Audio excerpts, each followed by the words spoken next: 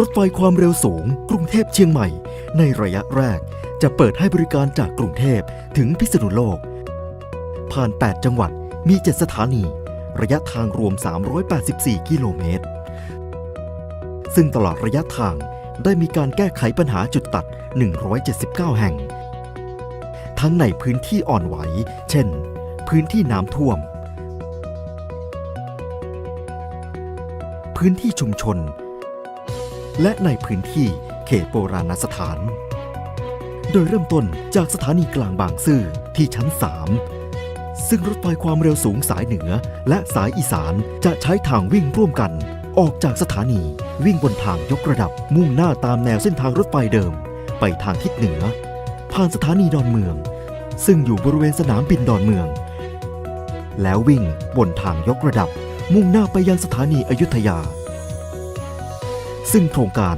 ได้ทำการยกระดับเพื่อแก้ไขปัญหาน้ำท่วมและการแก้ไขจุดตัดที่อาจเกิดขึ้นกับโครงการ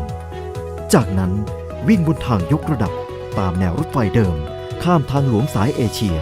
จนถึงชุมทางบ้านผาชี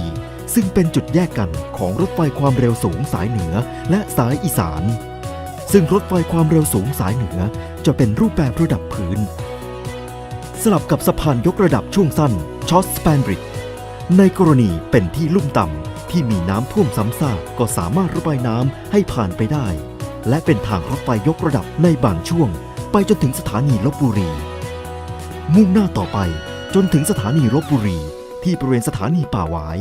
ตำบลป่าตาลอำเภอเมืองลพบุรีวิ่งออกจากสถานีลพบุรี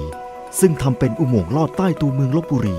ระยะทาง 5 กิโลเมตรเพื่อลดผลกระทบต่อโบราณสถานและไม่ให้บดบังทัศนียภาพของจังหวัดลพบุรีจากนั้นยกขึ้นเป็นสะพานยกระดับช่วงสั้น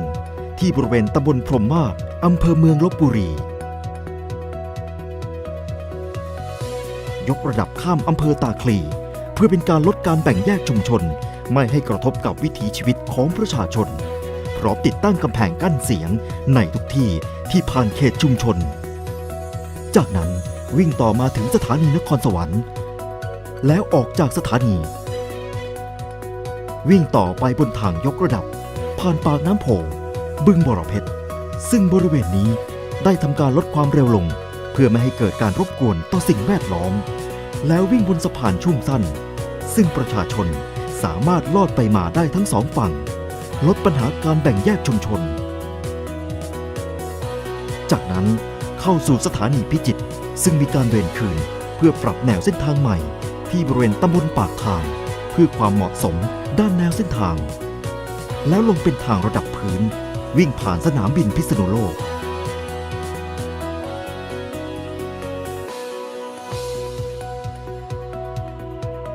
แล้วยกระดับเพื่อเทียบชานชาลาที่สถานีพิษณุโลกซึ่งเป็นสถานีสุดท้ายของโครงการระยะที่ 1